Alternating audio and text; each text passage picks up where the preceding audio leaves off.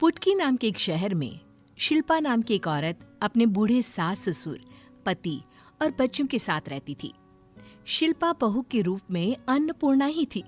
उसका पूरा दिन सास ससुर की सेवा, बच्चों की देखभाल और पति की मदद करने में ही गुजरता था। हाय राम, ये घुटनों का दर्द तो जाता ही नहीं। अब भगवान उठा ही ले, इस कष्ट से तभी मुक्ति होगी।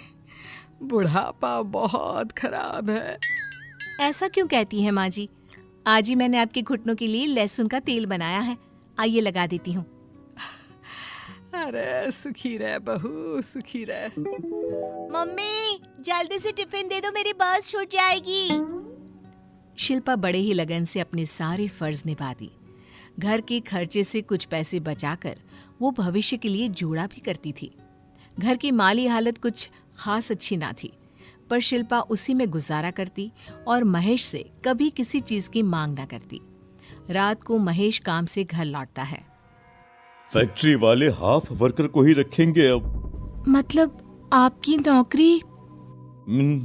नहीं, मेरी नौकरी तो है, पर अब पगार आधी ही मिल पाएगी बस। कोई बात नहीं जी, थोड़ा मुश्किल समय है पर कट जाएगा। मैं सोच रही थी क्यों ना मैं सिलाई का काम शुरू कर दूं, थोड़ी आपकी भी मदद हो जाएगी। शिल्पा सिलाई का काम शुरू कर देती है और अपने घर की परिस्थिति को बचाने में लग जाती है। गुलक तोड़ने का समय आ गया, देखती हूँ कितने पैसे जमा हुए हैं। शिल्पा गुलक तोड़ती है और पैसे गिनती है। 30,000। इतने में तो आराम से सिलाई मशीन आ जाएगी। कल से ही काम शुरू करती हूँ। शादी के पहले शिल्पा सिलाई कढ़ाई का काम किया करती थी। उसके हाथ तो मशीन पर ऐसे दौड़ते मानो किसी फैशन डिजाइनर के अंडर कोर्स करके आई हो। क्या सूट सिलती है शिल्पा, मजा आ गया। तेरा बनाया हुआ सूट पहनकर गई थी मैं मुंबई की शादी अटेंड करने। अरे सब रुक रुक कर पूछ रहे थे कहाँ से बनवाई। मान गए तेरी कला को। दिन भर घर का काम करने के बाद जो भी समय बचता उस समय शिल्पा कपड़े सिया करती। धीरे धीरे सब ठीक होता लग रहा था, पर किसे पता था कि असली मुसीबत तो अब आने वाली है। शिल्पा अपने घर का काम कर रही होती है, तभी उसे एक कॉल आता है। मैम, आपके हस्बैंड का एक्सीडेंट हो गया है, जल्द से जल्द लाइफ सेविंग हॉस्पिटल में पूछिए। ये बात सुनकर शिल्पा के पैरों तले जमीन खिसक जाती है। मशीन पर चल रहे पैर अपने आप ही थम जाते हैं। अपने पल्लू पर कटकाई हुई सुई बिना निकाले ही शिल्पा उसी हालत में भागती हुई नंगे पैर हॉस्पिटल पहुंचती है। बहुत बुरा एक्सीडेंट हुआ है आपके पति का, शायद दोनों टांगे काटनी पड़े। ऑपरेशन के लिए जल्द से जल्द 2 लाख का इंतजाम कीजिए, वरना कुछ कहा नहीं जा सकता। 2 लाख रुपए कहाँ से लाऊं? हे भगवान। शिल्पा अपने घर जाती है और अपनी अलमारी खोलती है। सामने लाल कपड़े से ढका हुआ एक डिब्बा होता है, जिसे देखकर शिल्पा को कुछ याद आता है। शिल्पा की माँ जब अपनी आखिरी सांसें गिन रही थी। तेरी शादी में तो तुझे खास दे नहीं पाए बेटा। ये कंगन मेरी माँ ने मुझे दिए थे और मैं तुझे दे रही हूँ। मेरी आखिरी निशानी समझकर रख ले बेटा। ये कहते हुए गोमती की प्राण पखेरु उड़ जाते हैं। शिल्पा के पास अपनी माँ की आखिरी निशानी के नाम पर बस वो 2 सोने के कंगन ही थे, जो आज उसके पति को बचाने के काम आने वाले थे। मुझे माफ कर देना माँ, इनको बचाने में अब ये कंगन ही मेरी मदद कर सकते हैं। पिंकी, पिंकी बेटा जरा इधर आ। हाँ माँ। ये कंगन ले और मुनीम के पास जाकर गिरवी रख के 2 लाख रुपए ले आ। शिल्पा पैसे हॉस्पिटल में जमा करवा देती है। ऑपरेशन तो हो जाता है, पर समय पर ऑपरेशन तो हो गया, पर कम से कम 1 साल के लिए इन्हें पूरी तरह कामकाज छोड़कर आराम करना होगा, वरना पैरों की हालत बिगड़ गई तो अगली बार हम कुछ नहीं कर सकेंगे। ये सब क्या हो गया शिल्पा, और क्यों, कैसे हुआ? शिल्पा पर दुखों का पहाड़ टूट पड़ता है। पति का खर्च, बूढ़े सास ससुर, बच्चों की पढ़ाई। मेरी तो 12वीं पूरी हो गई है माँ, रोहन तो अभी छोटा है, हम दोनों की पढ़ाई का खर्च कैसे उठा पाएगी तू? इसलिए अब मैं भी नौकरी करूंगी और तेरे कंगन छुड़वा कर लाऊंगी। पिंकी नौकरी करने लग जाती है, पर घर के खर्चे कहाँ रुकने वाले थे। पिंकी के कंगन के ऊपर उठाए पैसों का ब्याज नहीं चुका पाने से मुनीम कंगन जब्त कर लेता है। दिन पे दिन गुजरते जाते हैं। पिंकी को काम में धोखेबाजी करने का बहुत मौका मिलता है, पर शिल्पी के संस्कार में पली पिंकी ऐसा नहीं करती। एक रोज काम से घर आते वक्त वो देखती है कि एक आदमी एक औरत के हाथ से एक बैग छीनकर भाग रहा था। चोर चोर, मेरा बैग! पिंकी अपनी जान की परवाह किए बिना चोर के पीछे भागती है। सेल्फ डिफेंस में ट्रेन होने के कारण वो भागकर चोर से बैग छीन लेती है। बैग खोलकर देखती है तो उस पे पैसे ही पैसे थे। वो बैग बंद करके उस औरत को लौटा देती है। इस जमाने में इतनी ईमानदारी! इस बैग में 50 लाख रुपए थे और तुमने मुझे बैग लौटा दिया। चोर से बैग तुम लेकर आई थी अपनी जान पर खेलकर। तुम चाहती तो बैग रख सकती थी बेटा। आज भी तुम जैसे संस्कारवान लोग हैं धरती पर, मुझे विश्वास नहीं होता। ये लो, इनाम के तौर पर ये कंगन रख लो। ये कहती हुई पुष्पा हाथों से कंगन निकालकर पिंकी को दे देती है। वो कंगन कोई और नहीं, पिंकी की माँ के कंगन थे, और वो औरत कोई और नहीं, मुनीम की माँ थी। पिंकी कंगन देखते ही सारी बात पुष्पा को बताती है। आज से तुम्हारी पढ़ाई का खर्चा मैं उठाऊंगी बेटा। हमें तो तुम जैसे ईमानदार लोगों की ही जरूरत है। अब से महेश हमारा खाता संभालेगा। उसमें उसे ज्यादा चलना फिरना भी नहीं पड़ेगा। जिसकी बेटी इतनी वफादार है, उसका बाप तो कितना वफादार होगा। शिल्पा के साथ बहुत बुरा हुआ, पर उसके अच्छे कर्म और अच्छे संस्कार उसकी मदद करने आ ही गए। कुछ ही दिनों में महेश ने काम करना शुरू कर दिया। शिल्पा शहर की जानी मानी टेलर बन गई और उनका परिवार सबके लिए एक मिसाल बन गया। माला घर पर बर्तन मांजकर अपना गुजारा करती है और अपनी बेटी नीलू को पढ़ाती है, लेकिन नीलू अपनी माँ माला को एक नजर भी देखना नहीं चाहती है, क्योंकि उसका आधा चेहरा जला हुआ है। एक रोज माला के घर के बाहर कुछ बच्चे खेल रहे होते हैं और उनकी गेंद माला के घर में आ जाती है। एक बच्चा आता है और कहता है, कोई है क्या यहाँ? हमारी गेंद अंदर चली गई है, हमें वापस दे दो। बच्ची की आवाज सुन माला कमरे से निकलकर बाहर आती है और कहती है, अभी रुको, देती हूँ। माला गेंद बच्चे को देती है। नीलू ये सब देख लेती है। आपको समझ में नहीं आता क्या? क्यों गई गेंद देने? मुझे बोल देती, मैं दे देती। जब देखो ये जलावा मुंह लेकर चली जाती है सबके सामने।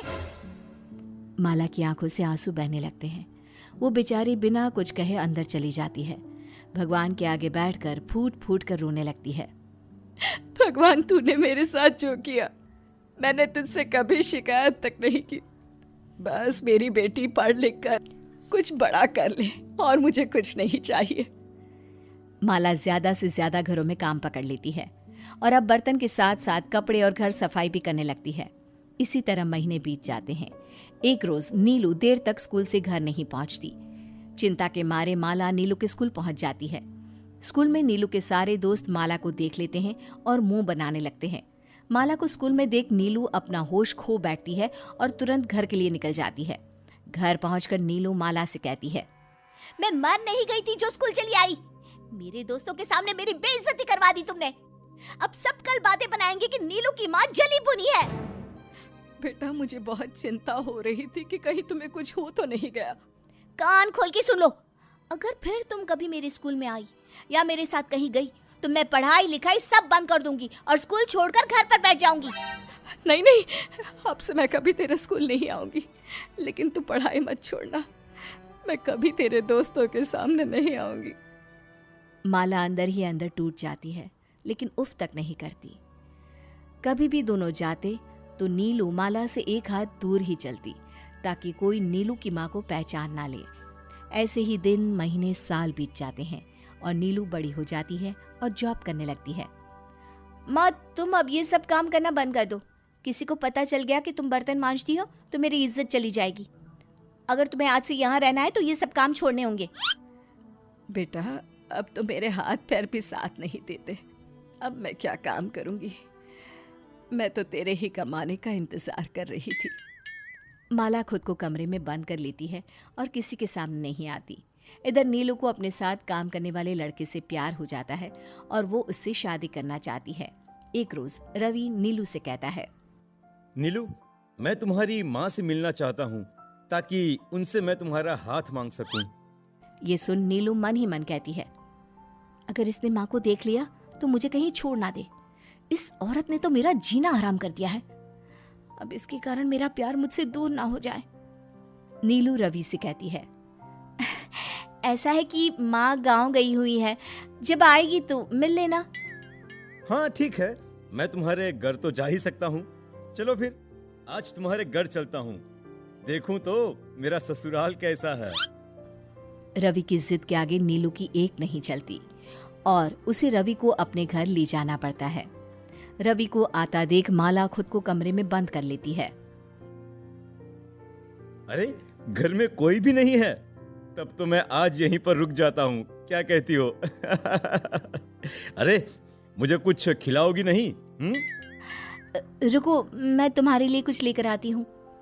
नीलू रसोई में चली जाती है और रवि इधर उधर घूमने लगता है। बंद कमरा देखकर वो उसे खोल देता है। कमरे में माला को देख रवि सब कुछ समझ जाता है। तभी नीलू वहां आ जाती है। तुम अपनी ही माँ को कमरे में बंद रखती हो क्योंकि वो जली हुई है? तुम ऐसा कैसे कर सकती हो? अरे मुझे तो खुद से नफरत हो रही है कि मैंने तुम जैसी लड़की के साथ इतना प्यार किया। अब तुम मेरे पास भी नहीं आना, मैं जा रहा हूँ। नीलू रोने लगती है और माला सिसकती हुई रवि से कहती है, नहीं बेटा, ऐसा मत कहो। इसमें मेरी बेटी की कोई गलती नहीं है। मैं खुद ही कमरे में रहती हूँ। उससे रिश्ता मत तोड़ो, वो तुमसे बहुत प्यार करती है। रवि माला की बात मान जाता है। नीलू और अपनी शादी की बात वो माला से करता है। माला भी तुरंत मान जाती है। रवि के जाने के बाद नीलू माला को बहुत भला बुरा सुनाती है। अब तुम यहाँ नहीं रहोगी, गांव में भी तो हमारा घर है, वहां चली जाओ। तुम्हारा यहाँ रहना रोज मेरे लिए एक नई समस्या खड़ी कर रहा है। माला खून के घूंट पीती हुई मुस्कुरा कर कहती है, वैसे भी मेरा यहाँ क्या काम है? अच्छा है, गांव में रहूंगी। तेरी शादी होते ही चली जाऊंगी मैं। नीलू की शादी रवि से हो जाती है और माला गांव चली जाती है। कुछ दिनों के बाद नीलू को एक चिट्ठी मिलती है जिसमें लिखा होता है, तुम्हारी माँ की मौत हो गई है। उनकी आखिरी इच्छा है कि तुम ही उसे आग दो।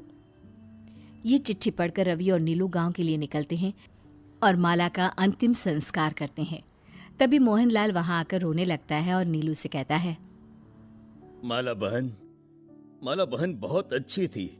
अरे उन्होंने मेरी बहुत मदद की। जब मैं कुछ नहीं कमाता था तब वो मुझे खाना देती थी। तुम्हें पता है बिटिया, जब तुम छोटी थी ना और तुम्हारे कमरे में आग लग गई थी, तब तुम्हें बचाने के लिए माला बहन जलते हुए कमरे में घुसकर तुम्हें कंबल में लपेट लिया था। तुम्हें बचाने के चक्कर में जलती लकड़ी उस बेचारी पर गिर गई और उसका इतना सुंदर चेहरा जल गया। ये सुनकर नीलू से बर्दाश्त नहीं होता। उसकी आंखों से आंसू बहने लगते हैं जो रुकते ही नहीं। मुझे माफ कर दो माँ, मैं ऐसी अभागन हूँ जो तुम्हारे त्याग को नहीं समझ पाई।